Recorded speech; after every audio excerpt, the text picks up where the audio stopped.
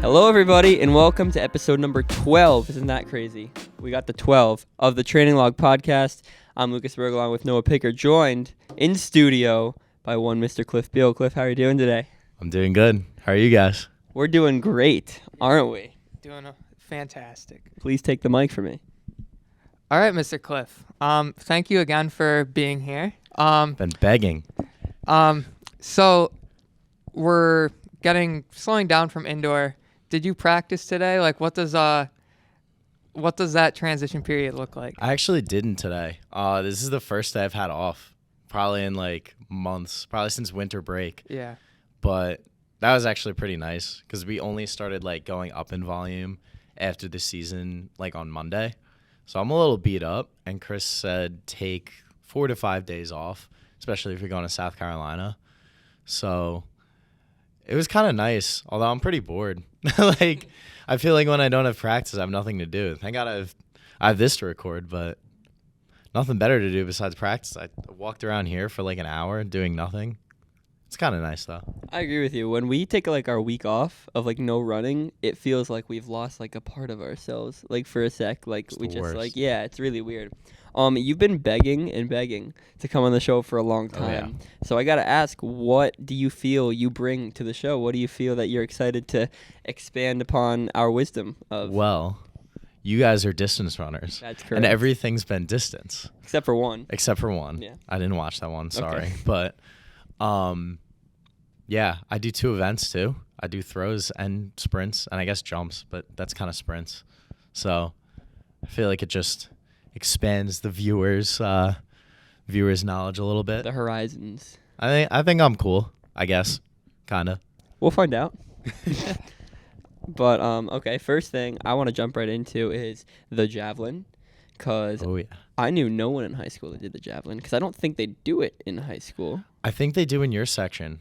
I don't think they do. Are you Rockland County? Yeah, I am. Then, yeah, they do. Because, Really? you know Drew Obernesser? I do. He's from Alex's high school. And Okay. He did it in high school. Oh, But it's banned on Long Island, so you can't do it on Long Island. So I never did in high school. But, like, Marco did in Staten Island. It's just, like, sporadic throughout New York. That's why there's not, like, that crazy of competition in the SUNYAC conference because nobody did it in high school. right. But I played baseball growing up, like we were just talking about, and Chris was kind of like, hey, you want to try? Which he does with a lot of people, but a lot of people just do it once and they're like, damn, this is hard. But I was pretty into it. I was also not that good at long jump at that point, so I was like, what do I have to lose? And they said, all right, if you throw 30 meters in your first meet, or in the first season, which was only like 3 meets at that point, we'll keep doing it. And I threw 38 in my first meet and then ended up getting to like 42 on the season. And now I'm up to like 52. So it just kind of, I don't want to say it came natural, but it kind of did. I mean, a lot of people don't even get over 30, especially like the multis who would just have to do it. So I love it though. It's the best. I've never seen one person do it at like a section meet or like anything. I don't know. It's kind of weird, but I'll They take might your have word changed for the it. rule. Yeah. How did that learning curve come about? Like, I know you said that it was sort of like a natural transition with baseball, sort of. But, like, just that motion, like, how long did it take you to be like, oh, like, I'm confident that I'm not going to stab somebody in the neck, when I throw this thing? Yeah. I mean, first practice, it was so freaking frustrating. The thing doesn't turn over, so it just kind of lands on its side, which is illegal. So you kind of have to throw like far enough to get it to turn over, which is so frustrating in like the first couple weeks of practicing.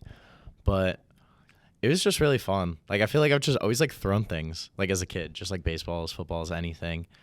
And I mean, it was frustrating. It was really, really frustrating, especially because you feel like you're throwing it so far, but like you're just chucking it when you first start. Like, especially me, like I would throw like a baseball, but learning to like do the technique and like running sideways, throwing sideways, not stabbing yourself in the face and throwing it straight. Really throwing it straight is the big one because like it's so nice and thin that if you don't throw it straight, it's going all sorts of directions, and that's just taking away from distance. But also, like, with the run-up, for some reason, it has similar properties to long jump, which I never thought about. But Chris told me this. He said, like, yeah, just with the steps and, like, your penultimate step, which is, like, your second to last step, like, there's some sort of transition. Like, I know there's a couple other guys in the SUNYAC who are just, like, jumpers. Like, there's a pole vaulter on Jenny who does it. There's a triple jumper on Cortland who does Jav, just, like, I guess kind of on the side.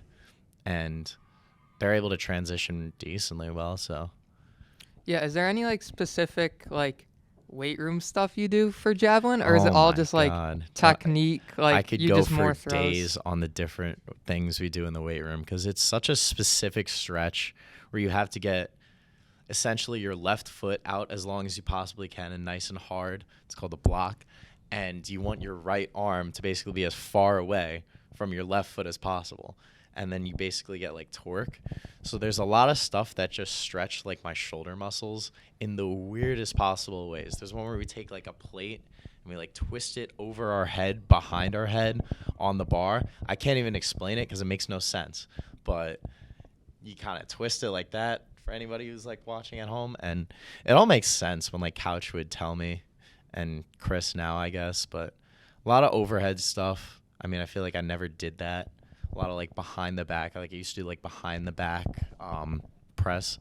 And something that nobody gets to do on the team besides me and Drew is biceps and triceps, just for a little injury prevention, I guess. So he's kind of having us do that.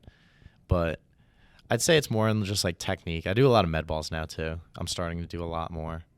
So yeah, I lifted with the throwers for a while, and that was humbling. That was definitely humbling. I feel like a lot of the specific words you just said, like torque and stuff, that's a very similar to some baseball like type lifts and stuff like that in the past. Do you notice any similar? I know you said it's not thrown like a baseball, but is it like how different is it from throwing a baseball? Because I feel like torque, that's all like hitting right there, and pitching too, or just like the rubber band effect of like coming back here and then exploding like that. I feel like any rotational sport, like Chris will always say how anything like rotational like translates to javelin, and some do more than others. Like he tried to get Ejim to do it with being an outside hitter in volleyball, so just like that's more like elbow and like shoulder stuff. But with like being a pitcher in baseball, like you're so focused on like that hip like twist almost, and just getting like your whole upper body to be like as elastic as possible. But I mean, the different thing is between baseball and Jav is in Jav, you are running up. Like I don't even remember. I've run from like 80 feet before. That would be a little much. But pitching, you're kind of just pushing off your back. I guess I'm a righty, so you're pushing off your back right leg. I'd say that's the biggest difference because you're basically getting all the momentum from your running and your crossovers for Jav. And then what you essentially do is you block, so you have your spikes, and you literally hit the ground as hard as you can with a flexed straight left leg for me, and you just try to stop all that momentum and that like mobility and torque, like it stops, and you basically are just supposed to whip forward. It's super complicated, but so simple at the same time. I feel like that's so many field events in a nutshell. I know, Complicated it really and is. simple at the same time. When I get like explained to all the like the details of long jump and stuff like that, like wow, I never would have. I thought it's just jump, you know.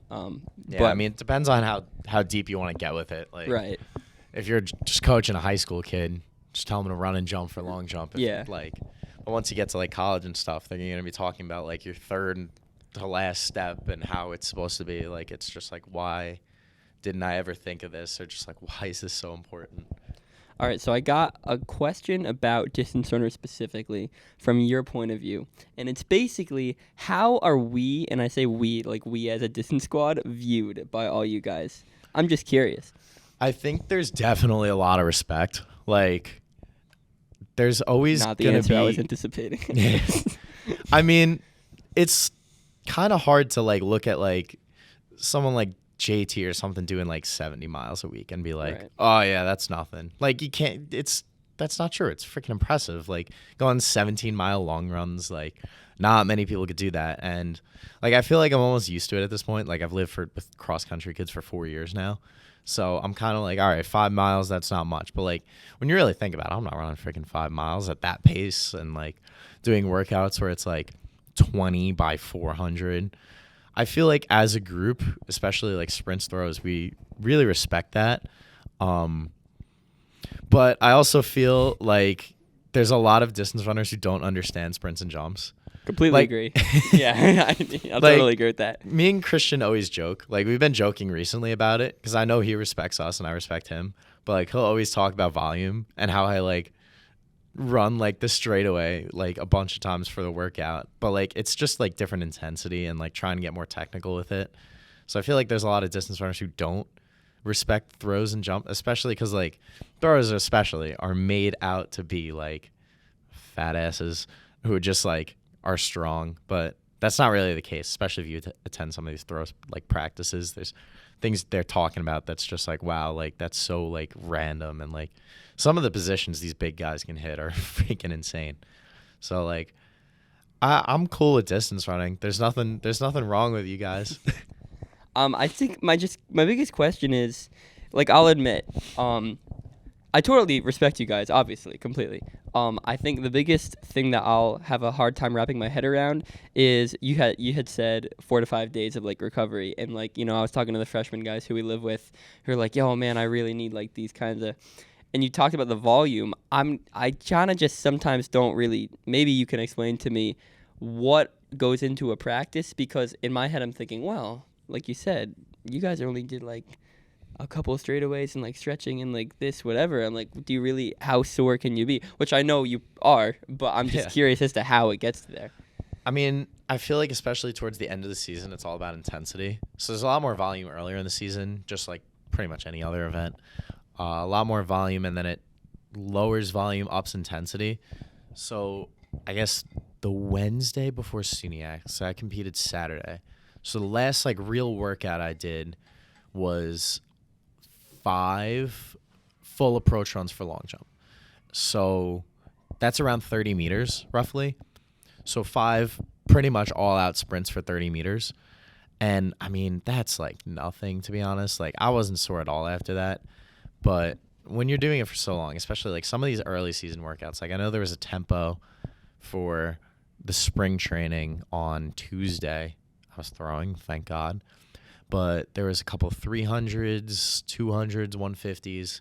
I think it's just like intensity, because like our respiratory systems are like not the same as yours. Like I don't necessarily understand this, so I'm probably not the expert to talk about it.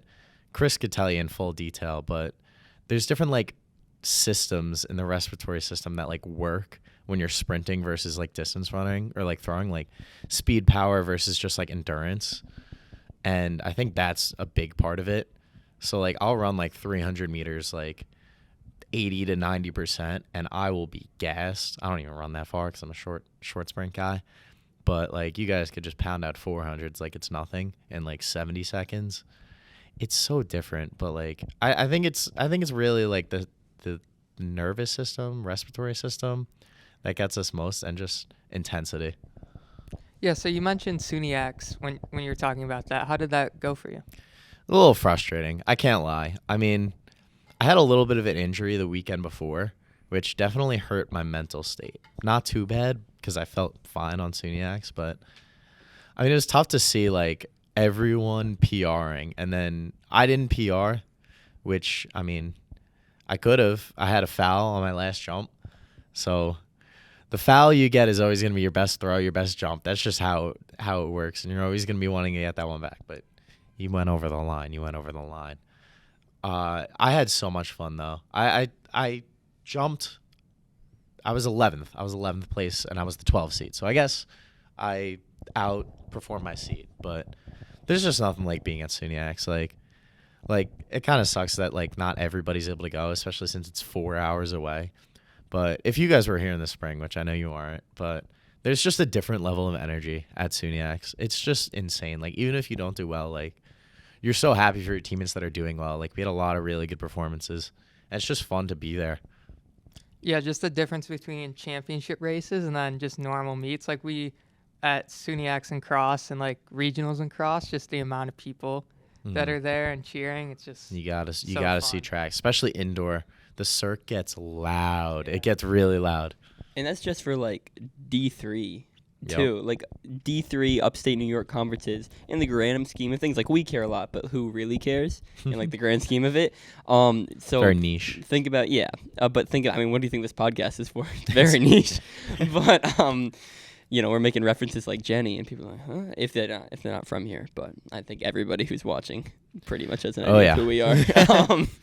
But just I can only imagine what a D1 national track meet is like, or even just like a conference meet or something like that. I'd love to just spectate something, or even something like USA's. I'd love to just go and spectate at some point. Yeah. I mean, I'd love to compete.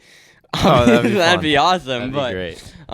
I think track spectators and atmospheres don't get enough credit. They really do not. No, I feel like especially when you get like a whole group of teams that all know what's going on. Like I feel like that's the issue, especially for like parents. Like the big spectators are never usually gonna be parents. Like my mom and dad have no clue what's going on. My whole family has no clue what's going on. I have to explain it into the dumbest terms possible. But when you have that like many kids in the one area, like who all just want the same thing and want everybody to do well, it's so much fun. Like especially when you get teams like Jenny who have like more than 100 people showing up, and it's just loud and the chanting. It's unreal. And I mean, we got to see Terrier. All three of us were there. That was pretty nice, and I'm awesome. sure Valentine was crazy. Yeah. And I saw Bucknell this past spring, the Bison Outdoor Classic, I want to say it is. That meet was a lot of fun. Like I remember Marco's sister runs for Maryland. Like we were cheering for them. Like I feel like you just meet everybody and then everyone's just cheering. Like it's a respectful sport. Like it just goes crazy at those big meets. Like especially watching like pretty much every event. I was gonna say like a 5K. Like I remember watching a 5K and everyone getting crazy, but like I also remember watching like 200s and everyone going nuts. So it's so much fun. Well, something I gotta say about spectating events, specifically jumps and throws, I have to ask, because people do the clap and the clap is awesome, and then something happens, the jump happens, the throw goes, and then it's kind of just an awkward silence because nobody knows. Okay, If this is my thing with nobody knows what it is. Yeah.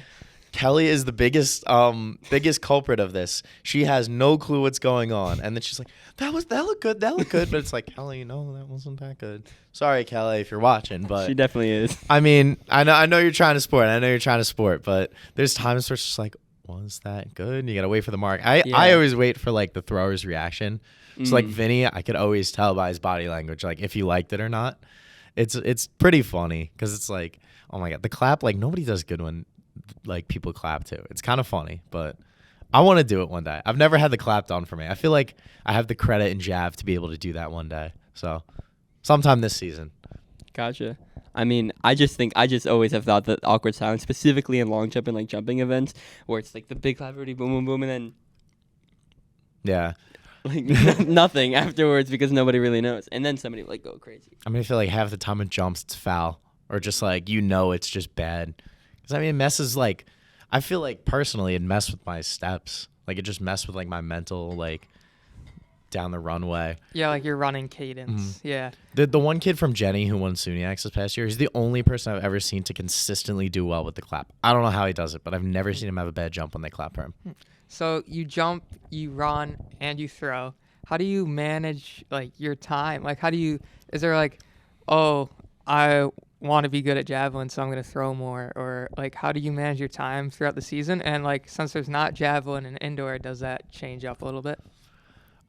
I feel like it's not super complicated because sprints and jumps is pretty much the same thing. Like we practice, we do everything the same except for like one day the sprinters will just do like lighter stuff and they'll do like GS and like a little bit of running, where that'll be the days where jumpers jump. So that training's not too separate, but throws is kind of a nightmare. So like I have my schedule built around throws to throw on Tuesday, Thursday. I wish I could throw more, but I also don't because it hurts. like a lot of volume with javelin really just puts a toll on my elbow personally, and just it's a lot to like recover from when you're really throwing the thing because it's pretty fucking heavy. I I don't think it's too bad. I wish I did get more like time to do javelin in the winter, which really sucks, especially being up in Oneonta. Like, you can't go outside and throw the javelin, so you have to throw the ball that's the same weight. And like, we got to go outside the other day. I was super pumped, but I mean, I did as much as I could without like completely throwing my arm off. I do wish I could get more time in the winter though. But I mean, I'm focusing on long jump, and I don't regret it. I had a pretty good long jump season, so yeah. Good. So what are some of your favorite workouts to do for each event specifically? Like, I know you kind of mentioned one of the long jump ones, like the 30-meter one, but like, what are just each and every event like a favorite workout to do? So let's start with Jav. Jav, you pretty much just throw. Yeah. There's not really a whole lot to it. You pretty much just throw. There's specific drills that I like, but those are just like based off of what I'm focusing on for that day. So I guess Jav, just throwing. For long jump, I really like early in the season when we put like a takeoff board down, so like an elevated takeoff zone. We'll put like one of the pit covers on the runway, and you take off of that. Especially because you just feel like you're going so much higher and so much farther, but you're also working on like technique with that. Sprints wise, that's the tough one because tempo, no. Excels is a little bit too little for me, like to have a lot of fun. I like wickets though. Wickets are easily my favorite sprint workout, especially like you get like a good like 50-meter run for wickets. You feel like you're flying. Like, I've always been good at them too. Like, my freshman year, Chris told me I was good at them, and I'm still riding off that high of him complimenting me. So I really like wickets. Chris always knows when wickets come out. Like, I'm gonna be really happy. There's certain compliments coaches give you that just kind of never leave your head. Oh, I'll yeah. say that. For sure. The question I'm really getting at is all these events. Does the thought of heptathlon and like that stuff Oh ever my come God. in? Oh my that God, it question, does. The question had to come up eventually. Okay. I have been asking Chris to do a heptathlon or decathlon for about a year now, and he won't let me. And I get it. Because I'm pretty competitive in long jump, especially now. And I mean, I got second last spring for the Jav, and I hope I could get first this year. I think there's a realistic shot of me getting first, not to brag or anything, but just based off of last year, I think there's a realistic shot. He just wants me to focus on those two events, which I get it. Those are my two favorite events, but man, I want to try it. There was never an opportunity in like all 4 years of being here? No, because I never did Jav until sophomore year spring with like 3 meets left. And I was never like that great, to be honest. Like, I was never that fast. I've gotten a lot faster since I started throwing, weirdly, but I think I would be better than most track athletes at it because I feel like I could throw better. I could jump good. The only thing is, which is basically the thing with every like decathlete, which is like where they come from. They either come from hurdles or pole vault or like a combination. So like if you have a high schooler that did pole vault, hurdles, and like high jump, your college coach is going to make you like a multi. So because those two are the hardest to learn, in my opinion, which really steers me away from it. I feel like if I could do those events solid, then he'd give me a shot, but Yeah, I guess pole not. vault's scary. Oh my God, I'm afraid. I'm afraid. I feel like I could get a good 8 feet, which isn't good, but Yeah. like some kids in this conference pole vault like 15. So Yeah. but And then an outdoor, is it the 1500 they run? they do. Yeah. Oh my God. See, they don't even train for that like at all. Like Aiden doesn't do much like distance work. Like he'll do long sprints tempo, but like every event in the deck has like different weight. I don't think the mile has that much weight, or the 15, I guess, or the 1K indoor. Yeah, so when you say long sprint tempo, like in the distance world, tempo means, I'm assuming, something totally different than the sprints world. And when you say in the sprints world, long tempo, I have no idea what that means. So nothing over 400. I don't think I've ever seen a long sprinter do anything over a 400 in practice. I don't even think they do 400 in practice. So I do short sprints, which is normally like 200s and below. I've done 250 this year, which killed me that day. That actually sucked, and it was at home. But I think long sprinters, they'll get up to like 300 typically. Like the other day, they had like, I think like 1 or 2 300s, and then like a couple 2s, couple 150s, maybe a couple 1s. And there's usually like 3 or 4 minutes rest, depending on how late into the season it is. but that just like kind of builds up sprint like endurance, especially, which kind of it sucks. Tempo sucks. Like I don't know how much you guys hate tempo, but I hate it. So for you, how fast is a 200 tempo? So it's all like percentages, so it's pretty easy to calculate. So my PR is 23.6. So if I'm running like a 200 at 80%, I'll just put that into my calculator. Like, all right, this is what I want to hit. And then like I've started timing myself like 2 or 3 years ago. And like that's just kind of like so I know like if I'm running what I'm supposed to be running. The percentages really help. Okay. Yeah, for us, the tempo is like much slower. Well, obviously it's much slower than like the sprints, but I mean much slower just in terms of whatever our workouts are. So really, there's a specific way to put it, but I'm pretty sure a tempo is a minute and a half slower than goal mile, I want to say, or it's like 30 seconds slower than goal 8K cross country. It's like somewhere, it's not that fast. So like when we see like a tempo workout on, for example, we had on Tuesday 4 by 8 minutes of tempo. That was like that's like getting back into the swing of it kind of workout. What So, do you mean like at tempo? Like, so like is do you it have a just better way like of explaining off it? the I race kinda- that you're supposed to run? Or? So we have specific tempos that Kelly makes for us. Like we all get put into different groups based on our times, either cross country or track, depending on what it is. Yeah. And then from there you look and like, okay, your tempo pace is. So for example, I actually just had a meeting with her because I thought I was a little upset. My tempo pace was slower than I thought it should be, and I think we take a lot of pride in like what our tempo and It's all threshold and everything is. So I saw the workout, I'm like, ooh, come on, like I think I can be faster than that. So I marched into her office like I do a lot, and I was like, hey, this is my tempo pace it's usually based off like what you're running at that point. So I had run really bad to start the indoor season.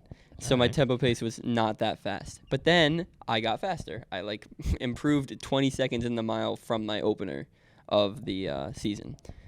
And so then I was like, okay, now I think my tempo should be a lot faster because it literally should be. And it wasn't. So I said to her, hey, exactly that. And she's like, yeah, you're right. I'm going to change it right now. So now my tempo was like 5:45 to 5:50 pace. Okay. And then so you just have like set tempo pace. Exactly. It's pace per mile. And then Sorry, yeah, we just do like percent like of like your like 100 PR. Like it's easy, but like it fluctuates. Yeah. No, I think tempo in high school I didn't know what it was at all. Neither did I. So like somebody would say at tempo and I'd be like, yeah, cool, and then like no idea like what that meant. Now, yeah, exactly. Now I'm here and I'm like, oh, tempo.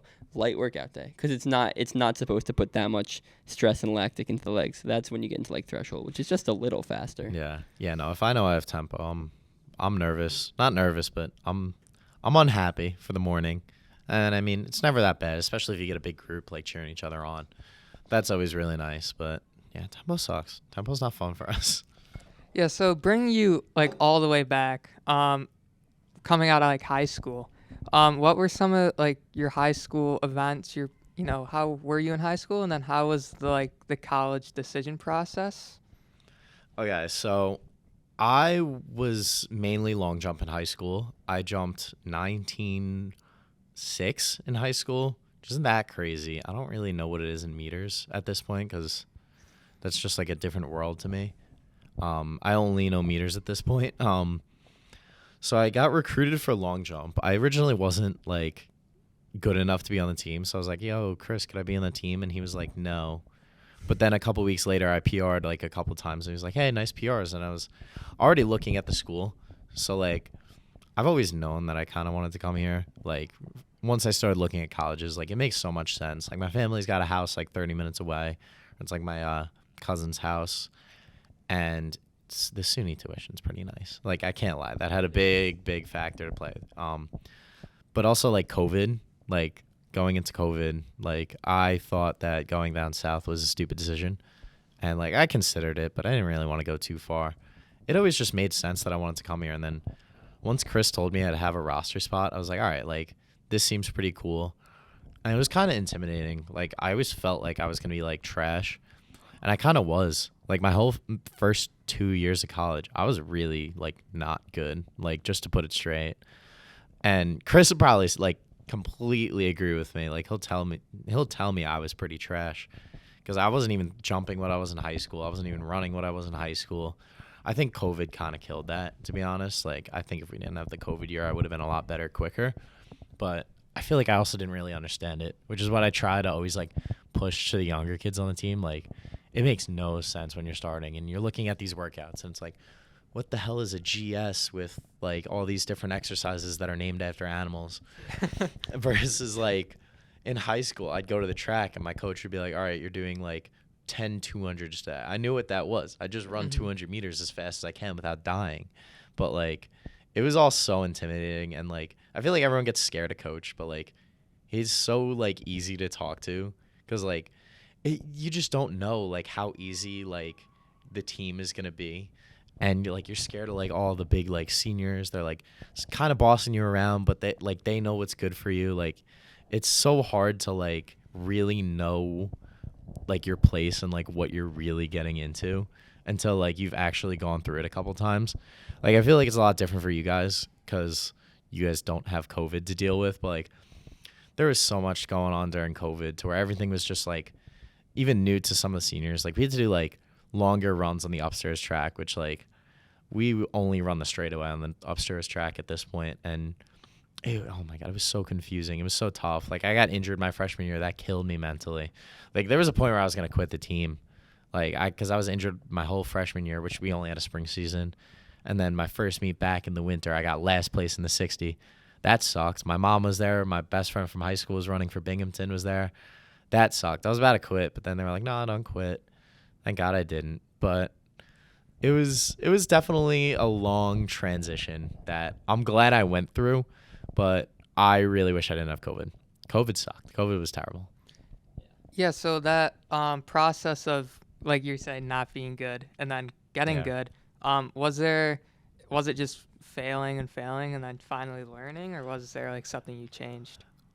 I feel like picking up Javelin kind of helped. Like, I got lucky. Like, it's hard to do that, but, like, just like having that opportunity was, like, really nice. And then that season, like, I still started to PR, like, a decent amount. I wasn't really that good in long jump, but coming back junior year, like, I just knew, like, everything, and COVID was, like, finally gone. Like, that was the year, like, no masks. Like, I could really, like, actually practice with everybody, like, see everybody's face, like, see coach's face. I had never even seen coach's, like, face at that point. Like, it was kind of weird. But I feel like I just, like, trusted what Chris had to say. And, like, I remember there was a point right around when I started throwing javelin, or, like, right before, one of my teammates, Chris Ganley, like, he PR'd at regionals in indoor, and oddly, which is today, in, like, the 60. And I remember swiping up on his story and being like, yo, like, amazing race. He's just like, yo, like, I'd love to see you here one day. Or it was Suniax, my bad. Because he's just like, yo, I think you'll be here next year. Like, I was like, nah, like, that's all right. I'm kind of, like, trash. He's like, nah, like, you've kind of been putting in the work. And then I was like, have I really? Like, I felt like I showed up at practice, but then I would just, like, kind of goof off. I didn't take dry season too seriously. Then once I did, I felt like it all, like, changed. Like, I started taking it a lot more seriously. Like, I realized, like, I could actually be good. And, like, I started eating better. Like, I noticed I gained a little freshman 15 when I got here. Eating at dining hall was kind of tough. But, like, I feel like I just kind of realized, like, I'm, like, doing things wrong. Like, I was drinking a lot more than I should have, like, just, like, not eating well. And then I was just like, why? Like, this is so much fun. Like, I like PRing. It's great. And then I was able to qualify for Suniax the next year for indoor. Actually, well, I got wildcarded, but I beat out other people for that wild card, I guess. And then, I mean, I ended up getting second in the spring for Jav. So, like, it was a big transition. Like, I don't really go out much anymore. Like, it's definitely a lifestyle change.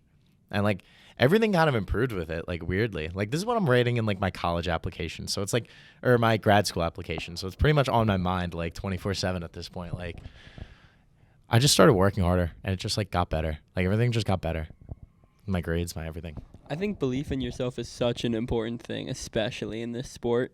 because once you do it, I mean, you could be putting in the work, but the results aren't coming, and then you're like, wow, they'll never show up. And at that rate, with that mindset, you're never actually gonna. Yeah, it's so improve. frustrating too. Like I always tell this to the freshmen, like it took me like 2.5 years to be like decent. Yeah. Like if you're not making it to like the conference championship, the regional meet you like thought you might have made it to, like it's gonna suck. But like I think everybody like was recruited for a reason, especially on this team. Like I can't really speak for other people, but most of the people on this team, like even if they're not that good right now, like everyone's got potential. Like there's some of these runners like sprinters I can really only speak for that are like running with the worst of form. Started to call it Josh Jerome, but he had the worst running form I've ever seen. Now he's like, he's qualified for SUNY in the 60. He scored points in triple jump. Like, I mean, that happened in like a year and a half. Yeah. Like that's still a decent amount of time, but like I'm sure next year he'll be even better. Like it's such a cliche thing to say, but success is just not linear at all. Yeah. It just takes a lot of different time for a lot of different people. Gotta trust the process. It's like infuriating to watch when somebody who you're working harder than just kind of gets better out of nowhere. But you just kind of have to have that blind faith that I know I'm doing what I'm supposed to be doing. As long as you know you're doing what you're supposed to be doing, then I think it's gonna work out eventually. You gotta outwork sometimes. Yeah, exactly. That's my motto. Never be outworked. Yeah. Shout out my dad. But moving on to the next question is a question is really easy to ask our distance runner guests because you can just do road runs, marathons, train for whatever.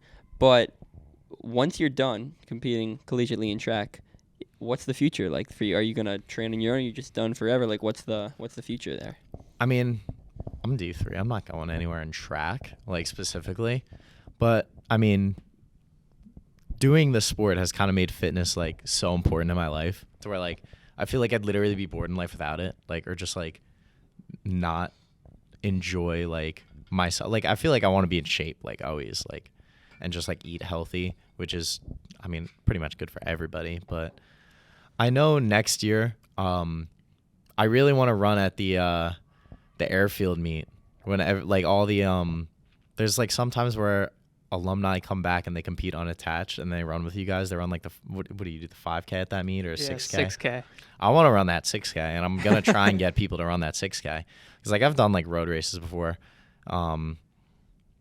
I've run a couple 5Ks. I want to do a Spartan race. I really think that's cool. I just like obstacles. That would be really fun. And I mean, depending on where I go to grad school and depending on like how busy I am, I'd like to compete in like an unattached like javelin meet, like just like visit for the weekend. Like my family has a house up here. Like it'd be pretty easy for me to stay there. And I mean, if we're having a home Oneonta meet or like a Utica meet, be able to just throw. I'm sure coach would let me use the javelin. And if he doesn't, there's gonna be beef. What are you majoring in? And then for grad school, where are you looking at? So I'm a history major. I was doing education, but my GPA was a little too low to student teach, which my own fault. COVID kind of killed my grades, but whatever. So I want to be a teacher. I want to be a history teacher, social studies teacher, same thing pretty much. I'm planning on graduating finally with over 3.0 at this point, and I hope that doesn't go down to my final semester. Applying to 3 schools, Albany, Stony Brook, and New Paltz, because they have the program I need for secondary education. It's like a 1.5 year program where you just do like a year of school and then a semester of student teaching. Ideally, Stony Brook. I also have a year of eligibility left, so if I do go to Albany, I don't really know about Stony Brook's team at all. That's kind of for after applications, but like if I do end up going to Albany, like I don't see why they wouldn't let me on their team, considering I'd be pretty competitive in javelin, or at least for javelin. Like I'd like to long jump too, but I understand that I wouldn't be able to. They're D1, so yeah. Yeah. So for senior season, like last outdoor meet at Oneonta or outdoor season at Oneonta, like what are some of your goals to like end the season off right? I need to win the SUNYAC. I got second last year. And I don't know if you guys know this, but the same guy has won SUNYACs 3 years in a row for javelin. And he's competed at 6 meets in his college career. 1 to qualify for SUNYACs every year and 1 to win SUNYACs everywhere. And he is 6'5", 220. I know you said before, like, it sucks having someone who's just naturally better and, like, not outworking you, beating you. So I kind of want to beat him. I doubt he's watching, but what's up, Josh? I really want to beat that kid. Like, I really think I can. I was so close last year. I was, like, within a meter. And I just think I could. That's, like, the big goal. I understand if I can't. Like, I can't. It's, it's going to be whatever. But because I know I will, like, put all the work in.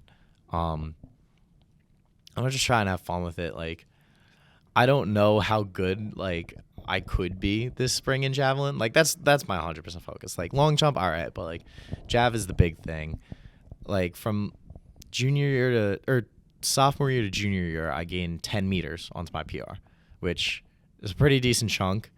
And another 6.5 could get me to nationals. It's a little big, but, I mean, I feel like goals aren't fun if they aren't big, Like, Oh, yeah. Like, if it's just to get back to regionals, like, I've already done that. Like, why not try and get a little better? So, SUNYAC gold medal would be pretty nice, though. I would like that. That would be a lot of fun. Are you bantering? I've always wondered this with, like, non-distance runners. Do you talk to your competition at all in between jumps or throws ever? Oh, yeah. Yeah, no, I'm, like, I could, like, tell you that, like, I always say hi to, like, especially the Jav kids, because they're not a whole lot in the SUNYAC. So you guys know each other pretty well? Yeah, I mean, throwers are, like, they're like buddy with literally everybody. It's like a whole different world with them. And I mean, jumpers, like, I'm pretty friendly with, like, a good amount of them. Like, I could always go up to those kids and just be like, oh, like, nice jump, and they'll do the same to me. I literally had a Brockport kid come up to me after SUNYACs last year at home for Javelin. He's like, yo, like, how do I get better? And I, like, was literally giving him pointers, like, after the meet. Because, I mean, he's, like, a shot put guy. He just was able to qualify for Jav. It's like, yeah, everyone's, like, pretty friendly. Like, I still talk to, like, some of these guys who go to the indoor meets, like, all the time. I'm not, like, too close with them, but Right. like, I mean, I also, like, I feel like I learn off the kids. Like, there's a Utica kid he went to nationals this past year. He got, like, 9th. I always just, like, watch him because it's so nice to watch. I'm just like, I gotta do that. I gotta do this. I gotta do that. But do you guys ever talk to, like, people? I know you had, like, other distance runners on the pod. Yeah. In high school, it was a big, I don't know about Section 5, but the Section 1 running community kind of got really, really close, I'd say, as Strava became a big thing. So we would all kind of see each other and be able to, like, comment on each other's runs and stuff. But to the point where, like, JR is a teammate now, but, like, us and Nanuet, we just talked because we just knew them on first-hand basis. And now, like, we're just, like, buddy at every meet. Same thing with, like, other schools near us. So I think once you start to know them, like, especially competition that you're, like, your rivals, because everybody has their rival in, like, a certain event, mile, 800, whatever it is, and after the race, you're like, hey, nice race, man, or on the line, you're like, hey, good luck. You kind of start to get to know them if you see them at, like, different meets, either warming up or cooling down. I don't know if it was like that for high school for you. Yeah, hot take. I mean, I think we as a school just hated everyone. Like, all the teams around me, like, in my county, like, I'm the biggest school, and then there's some teams that are, like, just there, but they talk shit, and I'm like, because they want to beat you. Yeah, they definitely want to beat you. And yeah, they're just ops. Like, we get on the line, and then there's just no talking at all.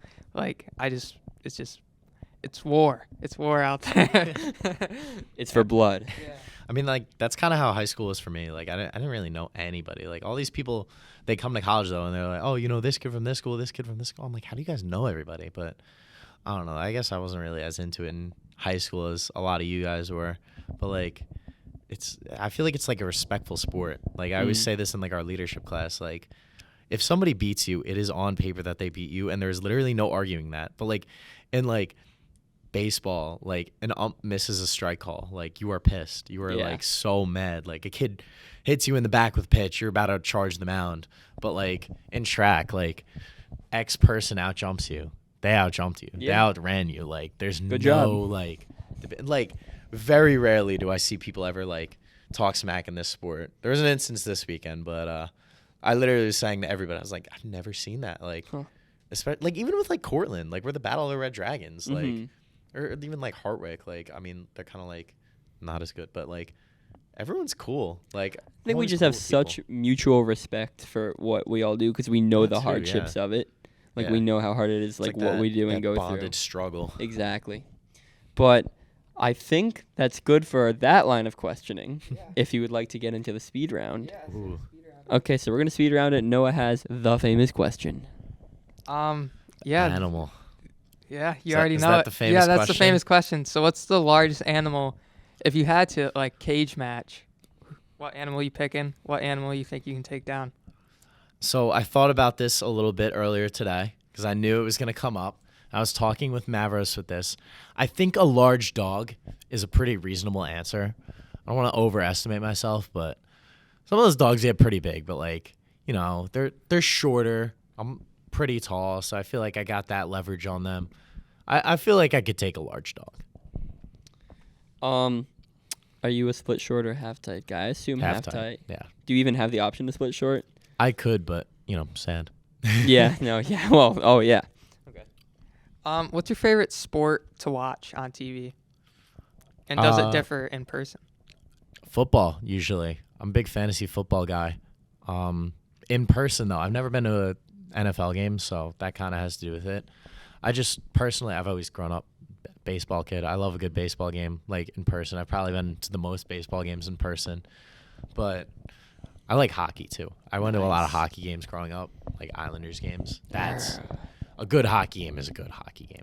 I like agree. baseball, though, because there's no timer. That's why I think it's infinitely exciting, whereas some people will argue the opposite. You could be literally down to the last second, and there could be a 12-round comeback. Hypothetically, but infinitely exciting. Totally agree with you. Baseball, best sport out there. For real, Yep. for real. So I would assume you're a Mets guy then, Whoa. Why's that? because Long Island, I I'm a assume. Yankees guy. Thank God. Yeah. Oh my gosh, let's go. That makes me really happy. It's frustrating. Because he said Mets- Islanders too. Usually it's Mets Islanders. It is. But, I mean, the Islanders games were 30 minutes for me growing up. Okay. So it was so easy to just drive through. I go with my grandma all the time. And going to Yankee Stadium is a lot harder than going to Citi Field for me. Like, I'll go to a Mets game all the time because I appreciate baseball and they're cheap because the Mets suck. Yep. But I'm a Yankees guy, always. Good to hear. Very good to hear. I'm actually going to see an Islanders game over break. I'm love going it. to see I love against the Sabres in Buffalo. And I was just telling Lucas how irrelevant the Islanders are because I don't know Yeah. a single player on the Islanders. No, I think they were good like a couple years ago, but I don't think they've ever like my No, lifetime. they're good. It's just they play the most boring style of hockey out there, where they do not like Matt Barzal. Very good, skilled offensive player, but he is an assist guy. Sorry, I could like really get in. He's an assist guy. He likes to make plays, but he has no one to pass to really. Like Brock Nelson, kind of, sort of, whatever. Oliver Wahlstrom, whatever. But really, the Islanders just play lockdown defense. They have a really good defensive core, but they play such a boring style of hockey where they will just score a goal in the first couple like minutes of a game and then lock you down. But too bad the Rangers are so much better and You're a Rangers guy? massive Rangers guy and don't care, and they just score because we have Igor Shesterkin and we have Artemi Panarin and we're the best hockey team out there. Statistically, we have the most points in the league. See, Were we I don't know, talking I don't about- follow hockey, but Were we talking I about like running? going games. Sorry. Anyway, I get really heated on favorite pro track athlete. I don't really know. I don't really know track athletes. I mean, I'm trying to think. I don't even know a single like pro like javelin guy. Like I could tell you D1 guys. Like I used to follow Matt Bowling on Instagram. He's pretty cool. I don't know. I like I don't know, seeing Noah Lyles highlights is pretty cool. I feel like he's just the basic normal answer. Yeah. What's your favorite pre-race song for competition? Oh my God. So I'm like a big music guy on the bus right before running. 2 playlists. I have the bus ride and the warm up playlist. Bus ride is Enter Sandman. That's that Yankees vibe. I feel like a Mariano Rivera walking into the facility. Warm up recently for the past like year and a half. It's been Chelsea Dagger by I think it's like the Freytales. Me and my friends have gotten onto that song big time, but like, I mean, it changes day to day. Like, I'm a big rock music guy, so a lot of that too. That's the Blackhawks goal song. I'll stop. I know that's like a hockey thing. Some yeah. of my friends don't like it because of that, but it's so hype. Best Pixar movie. Cars, easily, no debate. I'll get behind it. Big cars guy. My 5-year-old self would agree. Big cars guy. What's your favorite dessert? Ooh. Depends on the season, or depends on like the vibe, how full I am. I think overall cheesecake. I love a good cheesecake, a good like New York style cheesecake. But if I'm too full, I'm not having a cheesecake. I'd rather ice cream at that point. But I also, during the summer, I like a good Italian ice. You're sweating, you're gross. Good Ralph's Italian ice during summer. I know you guys don't know that, upstate and all, but No. Don't call me upstate. Oh, well, you are. So I am not. You are upstate. No, I really am not. You are upstate. But let's not get into that. Oh, we could go for another hour on this. You're wrong because it's not. It's not. Anyone geography. who knows me knows I could go forever on this. Me too. So we won't. Last one. Does Taylor Swift deserve the praise? Okay. I'm probably like one of the biggest Taylor Swift haters around, but I respect her. I think like the results show, like straight up, the results show. Like she's big for a reason. I think that she's smart. I think she's respectable. I think her songs are garbage though. Maybe it's a personal thing, but her songs are so annoying, and I think she's a complainer, and I think the cult following does not help. I know there's an audience that is gonna, hate me for that. One of your guests from a couple weeks ago, specifically. I hate her music and I hate the cult following. And every person who they're like, oh, do you like Taylor Swift? I'm like, no, not really. They can't respect that. They don't respect it. And they're like, nah, you'll like her one day. They take it personal. They take it It's more not a personal than thing. anything. Yeah. And it frustrates the hell out of me. And they'll try to get you on Taylor Swift like it's their job. But if you don't like it, you don't like it. Yeah, Nobody's going to care. That's my take. Objectively bad music is objectively bad music. Yep. Anyway, I know I just made even more haters of that statement. Last question we like to ask. Any piece of advice for us or anything you got for us, and then we'll let you go. Stick with it. I mean, that's always been like the thing I tell the freshmen. Like, it's so easy to just say like, nah, like I haven't PR'd in 3 meets, I'm done, or just like give up. Like, especially because it's like you run one Saturday, you have to wait 7 days to do the same thing again. You may mess it up again and again and again. But I mean, I feel like it's distance running. It's so easy to like improve, but also not in the same because it's so hard to like run. But if you're so consistent, that's where the easy thing comes with. Like if you really love it and you really like stay consistent, the results will show. Like there's no debating that. Like that's why I say easy. I don't want to say distance running is easy. So it kind of came out wrong, but just consistency. Like it's really going to show at distance. Well, Cliff, thank you very much for doing this. It's been fun. Thanks for having me. Been begging to come on, so yeah, glad we could finally do it. Remember to stay tuned next week for Chris Shimkus. Oh yeah. See ya.